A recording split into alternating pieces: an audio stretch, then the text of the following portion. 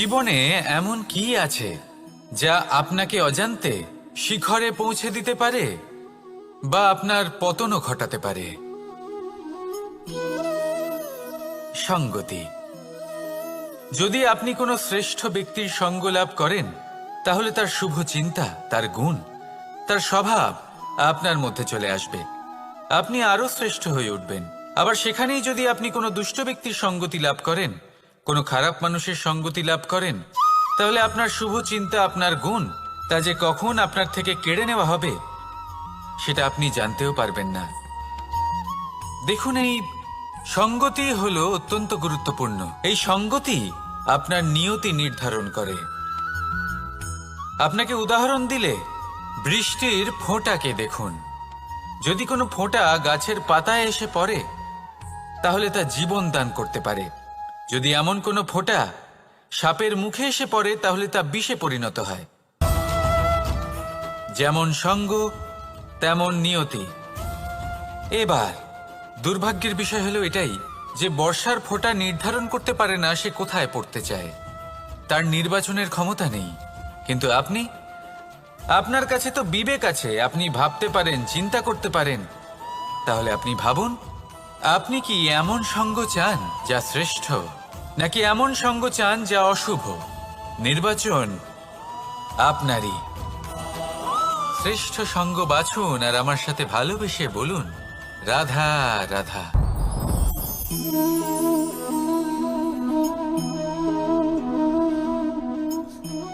মুক্ত। এই মুক্তই সবাইকে মোহিত করে দেয়, নিজের দিকে আকর্ষিত করে। অত্যন্ত সুন্দর, গোল, শুভ্র। মুক্ত দ্বারা নির্মিত আভূষণ, তা হয়তো সে মুকুটই হোক বা কোনো স্ত্রীর অলংকার, তাকে আরো সুন্দর করে তোলে, তাকে আরো সুন্দর দেখতে লাগে।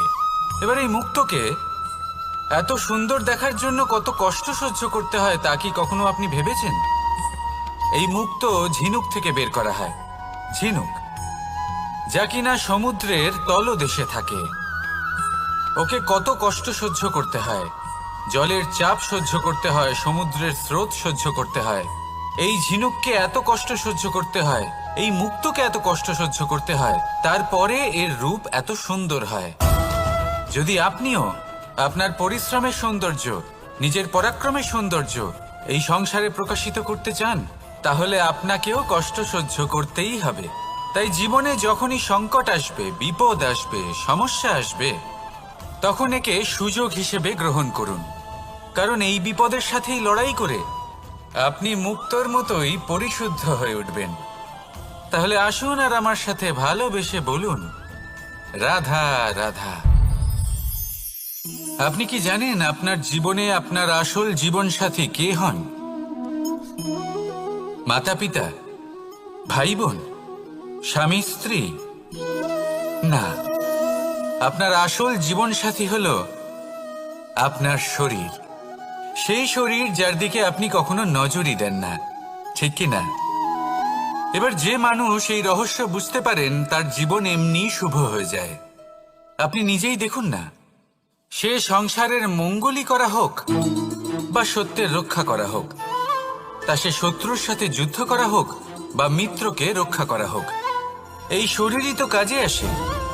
তপস্যাতে, বলিদানে, পরিশ্রমে এই শরীরই হলো আধার, ঠিক কিনা?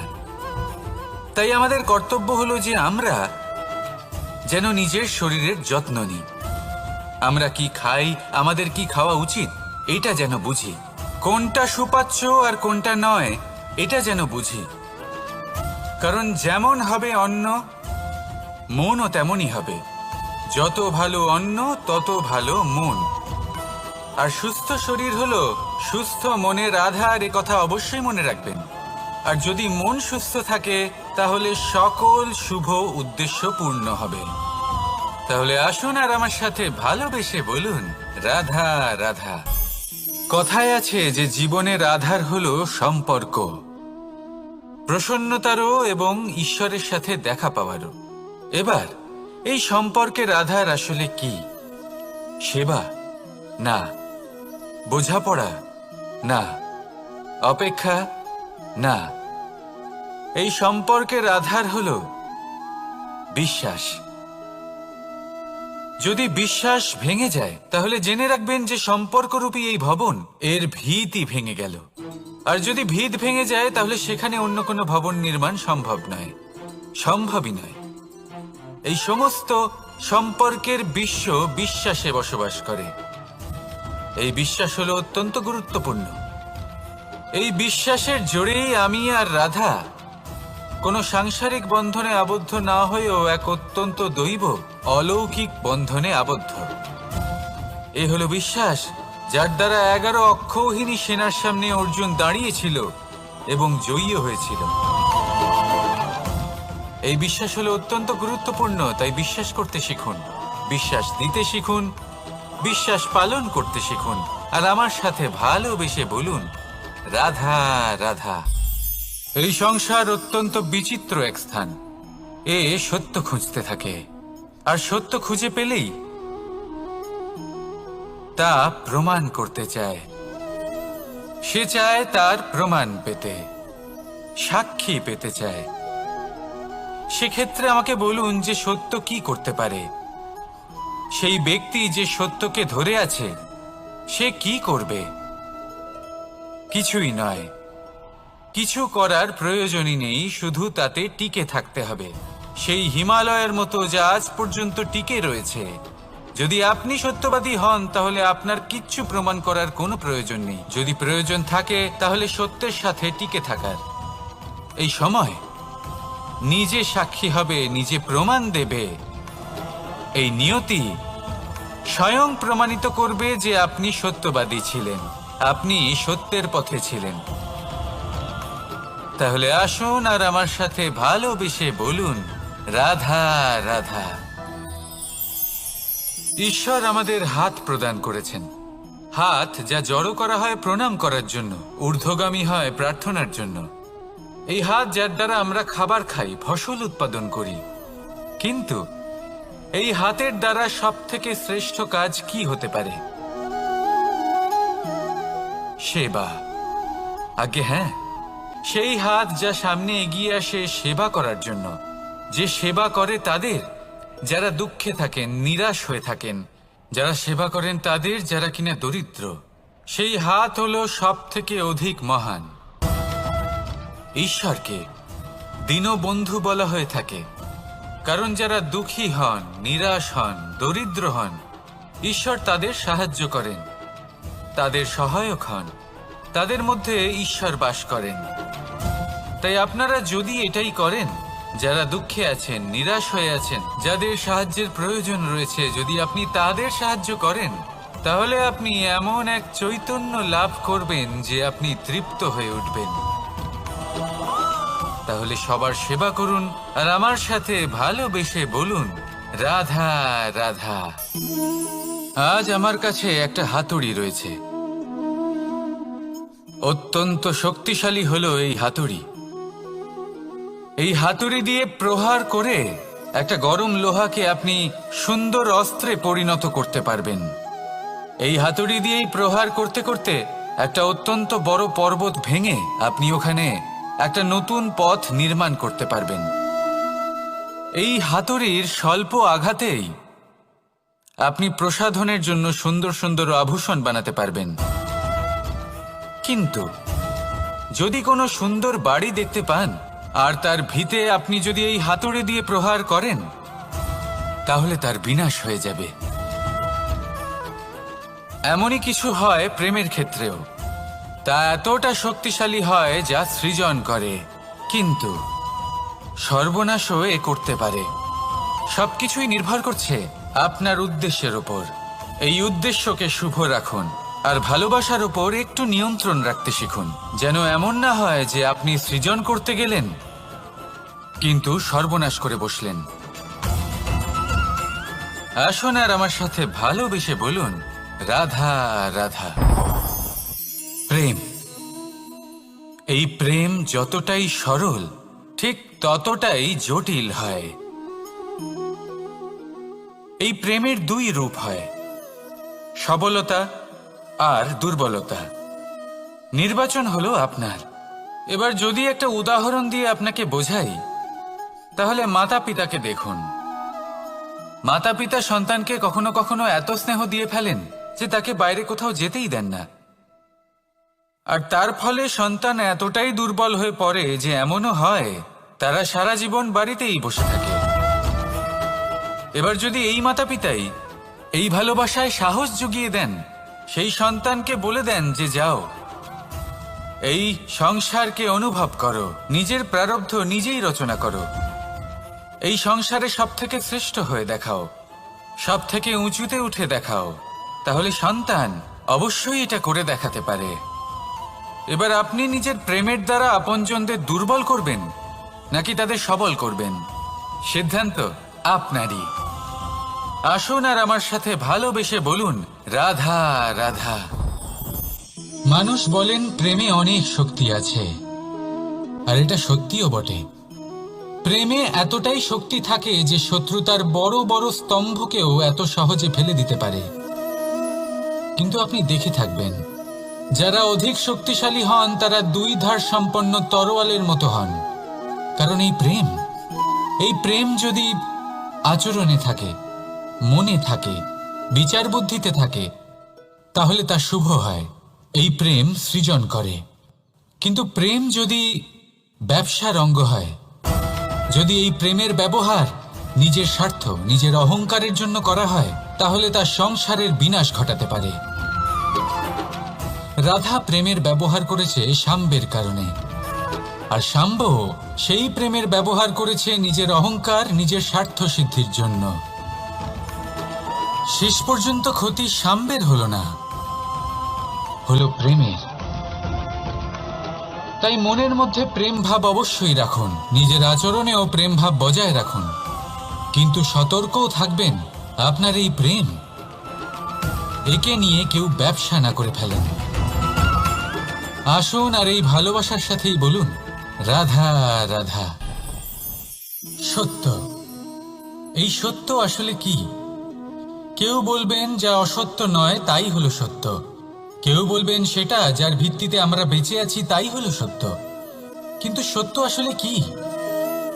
তার থেকেও বেশি গুরুত্বপূর্ণ হলো এটা বুঝতে পারা যে সত্যের ব্যবহার কিভাবে করা উচিত। যদি আপনার কাছে সত্য থাকে বা আপনি সত্য জেনে থাকেন আর আপনি তার ব্যবহার করেন, সদ্ব্যবহার করেন সংসারের জন্য, তাহলে আপনি এই সমস্ত সংসারের অনেক ঊর্ধ্বে চলে যাবেন। কিন্তু যদি আপনি সত্য জানেন আর তার দুর্ব্যবহার করেন, তাহলে আপনি সমস্ত সংসারের পক্ষে ক্ষতিকারক হয়ে উঠতে পারেন। তাই মনে রাখবেন, সত্য যতটাই কোমল, অর্ধ সত্য হলো ততটাই কঠোর। এই অর্ধসত্য সমস্ত সংসারের বিনাশ ঘটাতে পারে। সেই জন্য জীবনে সত্যের বিষয়ে সম্পূর্ণ সত্য জানতে শিখুন, এ হলো অত্যন্ত গুরুত্বপূর্ণ। এই সত্য তার নিজস্ব দাবি হলো আপনি সাবধানে থাকুন। তাহলে আসুন আর আমার সাথে ভালোবেসে বলুন, রাধা রাধা। পঞ্চমহাভূত, জীবন রচনায় এর অবদান অনস্বীকার্য। এই পঞ্চমহাভূত আসলে কি? জল, বায়ু, অগ্নি, মাটি আর আকাশ। এবার শুধুমাত্র জীবন রচনায় এর অবদান আছে তা নয়, শুধু শরীর রচনাতে এর যোগদান আছে তা নয়, বরং এরা হলো আমাদের জীবনের সব থেকে বড় শিক্ষক। এবার আপনারা সকলে চমকে যাবেন, হয়তো আপনারা এই দৃষ্টিভঙ্গি দিয়ে কখনো দেখেননি। আমি আজ আপনাদের বোঝাবো। এদের মধ্যে সব থেকে বড় তত্ত্ব জল। এ আমাদের কি শেখাচ্ছে? এই জল, এর নামই হলো জল, কিন্তু এ কখনোই আমাদের জ্বালায় না, আমাদের জ্বলনের কারণ হয় না। তাহলে কি করে? আমাদের তৃষ্ণা মেটায়, আমাদের শীতলতা প্রদান করে, জীবন দান করে। এর দ্বারা আমরা কি শিক্ষা লাভ করি? যে আপনার উৎপত্তি যেখান থেকেই হোক না কেন, আপনি যেখানেই জন্মগ্রহণ করুন না কেন, আপনার কর্ম সর্বদা শ্রেষ্ঠ হওয়া উচিত। আপনি জলকে যে কোনো পাত্রে রাখুন না কেন, সে সেই অনুসারেই নিজের আকার ধারণ করে নেয়। এর দ্বারা আমরা কি শিক্ষা পাই? এই শিক্ষাই পাই যে যে কোনো পরিস্থিতিতেই নিজেদের মানিয়ে নিতে হবে, নিজেকে সেরকম করে নিতে হবে। যে দেশেই থাকি না কেন, যে স্থানেই থাকি না কেন, যে পরিস্থিতিতেই থাকি না কেন, যে ব্যক্তির সাথেই থাকি না কেন, আমাদের সুখময় হয়ে জীবন অতিবাহিত করা উচিত। দেখুন, আমাদের কত বড় একটা শিক্ষা দিল এই জল, যা আমরা কোনোদিন দেখতেই পাইনি। নিজেকে জলের মতোই করে তুলুন। সুখের ধারায় স্বাচ্ছন্দ্যে প্রবাহমান হতে থাকবেন আপনি। নিজের আকারকে ভেঙে ফেলুন, নিজের সীমা লঙ্ঘন করুন। আপনি অবশ্যই একদিন মহানুভবতা অনুভব করবেন। তাহলে আসুন আর আমার সাথে ভালোবেসে বলুন, রাধা রাধা। জীবনের পঞ্চমহাভূতের দ্বিতীয় তত্ত্ব হল মাটি, ভূমি, ধরা, যে ধারণ করে, যা আমাদের সকলকে ধারণ করে, ভালো হোক বা মন্দ, নিজের কর্তব্য পালন করে। আর এটাই শিক্ষা আমাদের জন্য। আমাদেরকেও আমাদের সকল কর্তব্য পালন করতে হবে, তা সে আমাদের নিজেদের প্রতি হোক, আমাদের পরিবারের প্রতি হোক, সমাজের প্রতি হোক বা ঈশ্বরের প্রতি। এই শিক্ষা আমাদের মাটি দিয়ে থাকে। এ আমাদের পদতলে পিষ্ট হয়েও তার বদলে আমাদের বনস্পতি প্রদান করে। অগ্রসর হতে পদক্ষেপ নেওয়ার সময় আমরা পা দিয়েই ধরিত্রীকে পিছনে ঠেলি, কিন্তু এই মাটি আমাদের ঘৃণা করে না। সে আমাদের পরবর্তী পদক্ষেপের জন্য অপেক্ষা করে আর স্বাগত জানায়। আর হয়তো সেই জন্যই এই ধরাকে আমরা ধরিত্রী মাতা বলে থাকি। আর তাই এই পদবী, এই সম্মান, এই ভালোবাসা, এর আকার বা এর ভারের জন্য একে প্রদান করা হয় না, প্রদান করা হয় এর স্বভাবের কারণে। আপনিও যদি ধরিত্রীর মতো হতে পারেন, যদি আপনিও নিজের সকল কর্তব্য পালন করেন, বিশ্বাসের সাথে তা স্বীকার করে নিতে পারেন, যদি অন্য কারোর সাফল্যেও আপনি প্রসন্ন হতে শিখতে পারেন, যদি আপনি একটু কষ্ট সহ্য করে অন্য কাউকে প্রসন্নতা প্রদান বা অন্য কাউকে সেবা করতে পারেন, তাহলে আপনিও মাটির মতোই মহান হয়ে উঠতে পারবেন। তাহলে আসুন আর আমার সাথে ভালোবেসে বলুন, রাধা রাধা। জীবনের পঞ্চমহাভূতের মধ্যে একটা তত্ত্ব হল বায়ু। বায়ু যাকে কিনা দেখা যায় না, বরং তাকে কিন্তু আমরা অনুভব করতে পারি। আর একে সব থেকে বেশি অনুভব করতে পারি তখন যখন বায়ু কম থাকে। বায়ু যদি লুপ্ত হয়ে যায়, তাহলে তখনই আমরা বুঝতে পারি যে বায়ু তো নেই, এ তো সমস্যার ব্যাপার। এবার এই বায়ু দ্বারা আমরা কি শিক্ষা পাই? এই বায়ু আমাদের এই শিক্ষা দেয় যে আমাদের কখনোই অহংকার করা উচিত নয়। আমরা সকলেই কখনো না কখনো চাই যে আমাদের শ্রেষ্ঠতা, আমাদের যোগ্যতা, আমাদের মাহাত্ম্য এই সংসার বুঝতে পারুক। আর নিজের মাহাত্ম্য প্রমাণ করার জন্য শক্তি দেখানোর কোনো প্রয়োজন নেই।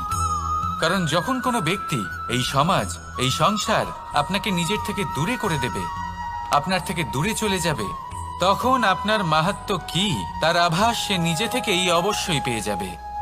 আপনার কিছুই করার প্রয়োজন নেই। বায়ুর মতো হয়ে উঠুন।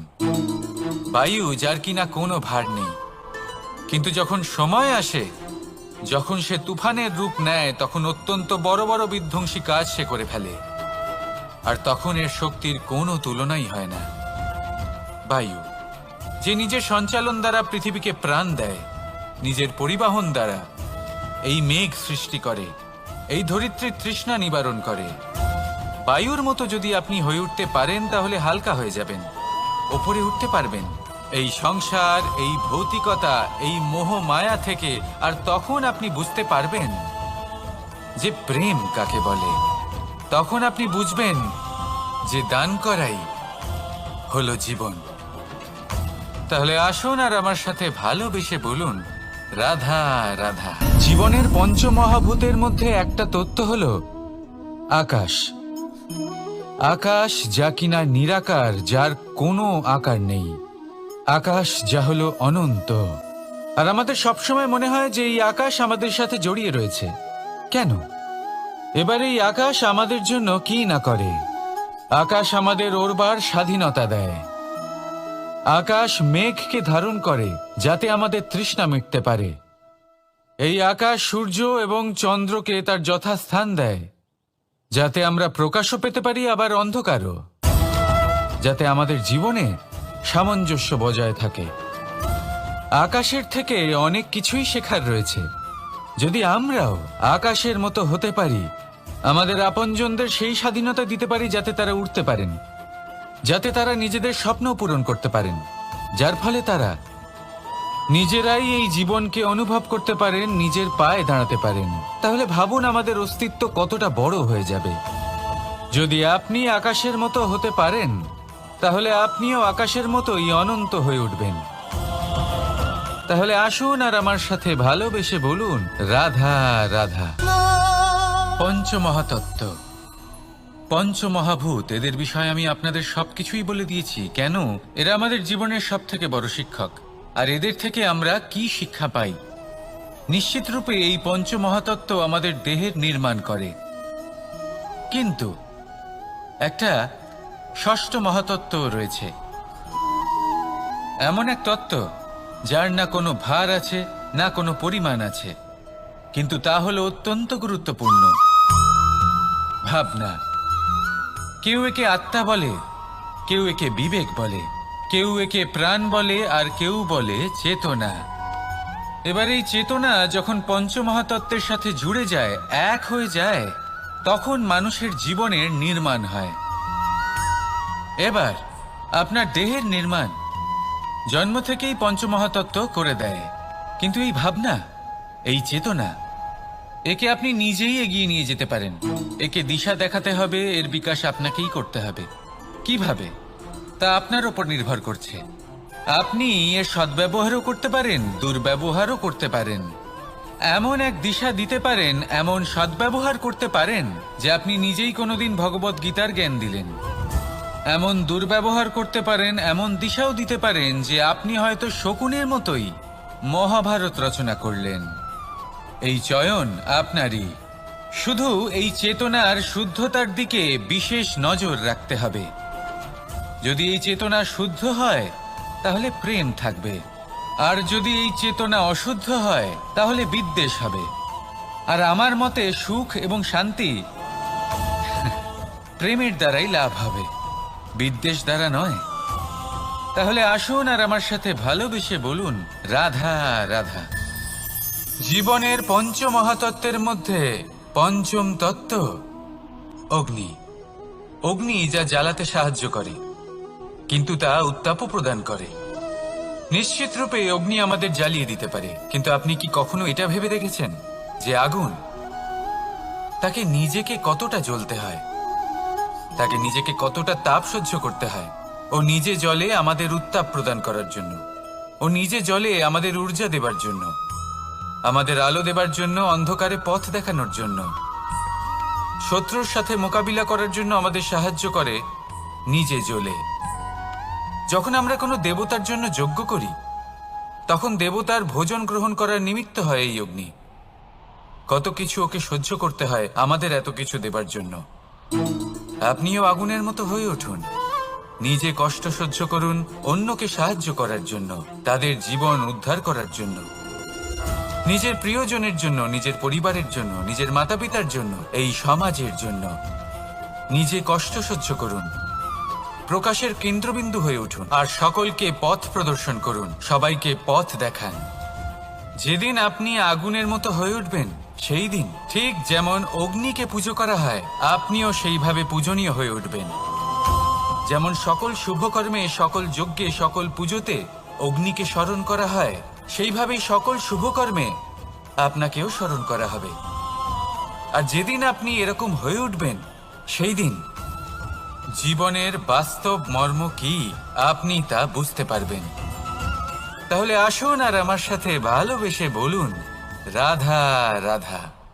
কথায় আছে যে দৃষ্টি অত্যন্ত কঠোর হয়, অত্যন্ত শক্তিশালীও হয়।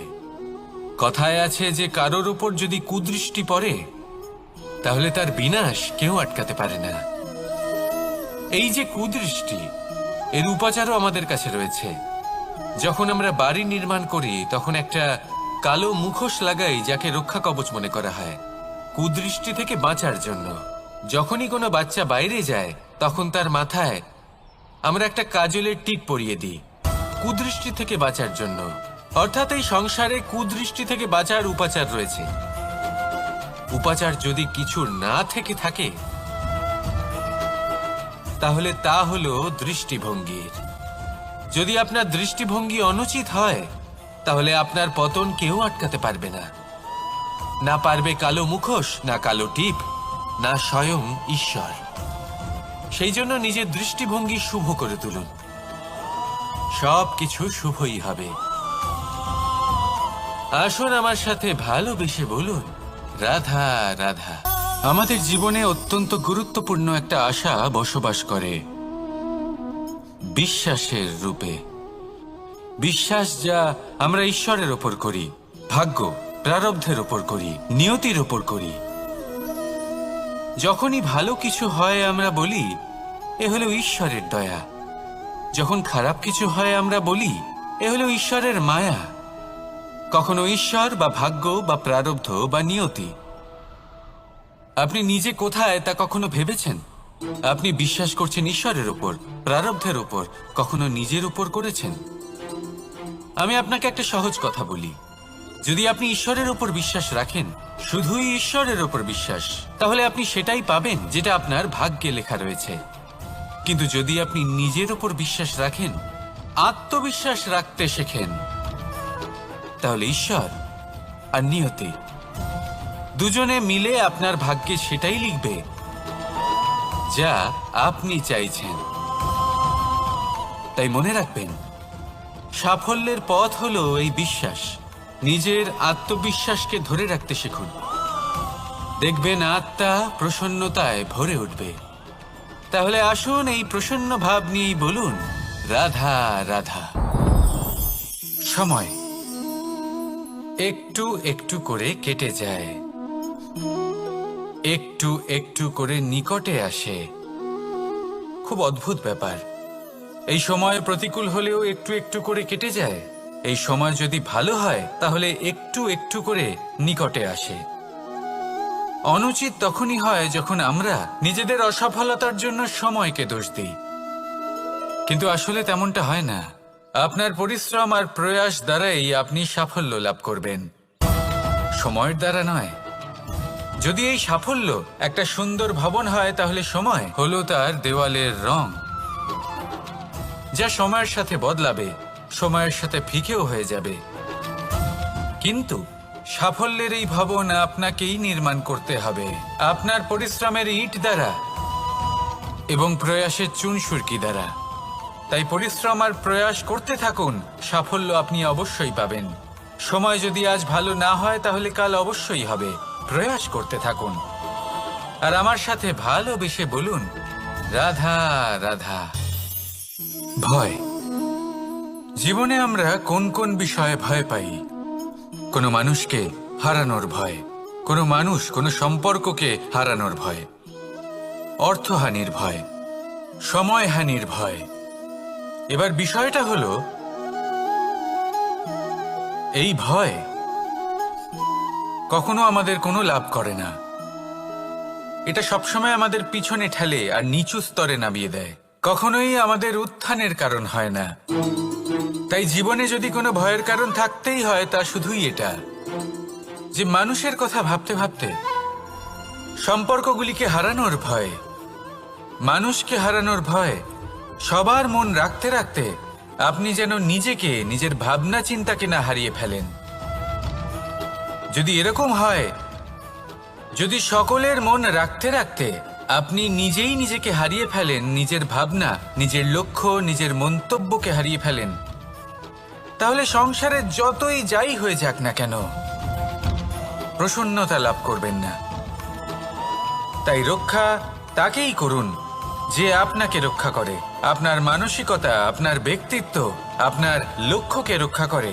আর যদি কোনো বিষয় ভীত হতে হয় তবে আপনি যেন নিজের উদ্দেশ্যের থেকে দূরে না চলে যান। তাহলে আসুন আর আমার সাথে ভালোবেসে বলুন, রাধা রাধা। জীবনে এমন কি আছে যা আপনাকে অজান্তে শিখরে পৌঁছে দিতে পারে বা আপনার পতনও ঘটাতে পারে? সঙ্গতি। যদি আপনি কোনো শ্রেষ্ঠ ব্যক্তির সঙ্গ লাভ করেন তাহলে তার শুভ চিন্তা, তার গুণ, তার স্বভাব আপনার মধ্যে চলে আসবে। আপনি আরো শ্রেষ্ঠ হয়ে উঠবেন। আবার সেখানেই যদি আপনি কোনো দুষ্ট ব্যক্তির সঙ্গতি লাভ করেন, কোনো খারাপ মানুষের সঙ্গতি লাভ করেন, তাহলে আপনার শুভ চিন্তা, আপনার গুণ, তা যে কখন আপনার থেকে কেড়ে নেওয়া হবে সেটা আপনি জানতেও পারবেন না। দেখুন, এই সঙ্গতি হলো অত্যন্ত গুরুত্বপূর্ণ। এই সঙ্গতি আপনার নিয়তি নির্ধারণ করে। আপনাকে উদাহরণ দিলে, বৃষ্টির ফোঁটাকে দেখুন। যদি কোনো ফোঁটা গাছের পাতায় এসে পড়ে তাহলে তা জীবন দান করতে পারে। যদি এমন কোনো ফোঁটা সাপের মুখে এসে পড়ে তাহলে তা বিষে পরিণত হয়। যেমন সঙ্গ তেমন নিয়তি। এবার দুর্ভাগ্যের বিষয় হলো এটাই যে বর্ষার ফোঁটা নির্ধারণ করতে পারে না সে কোথায় পড়তে চায়। তার নির্বাচনের ক্ষমতা নেই। কিন্তু আপনি, আপনার কাছে তো বিবেক আছে, আপনি ভাবতে পারেন, চিন্তা করতে পারেন। তাহলে আপনি ভাবুন, আপনি কি এমন সঙ্গ চান যা শ্রেষ্ঠ, নাকি এমন সঙ্গ চান যা অশুভ? নির্বাচন আপনারই। শ্রেষ্ঠ সঙ্গ বাছুন আর আমার সাথে ভালোবেসে বলুন, রাধা রাধা।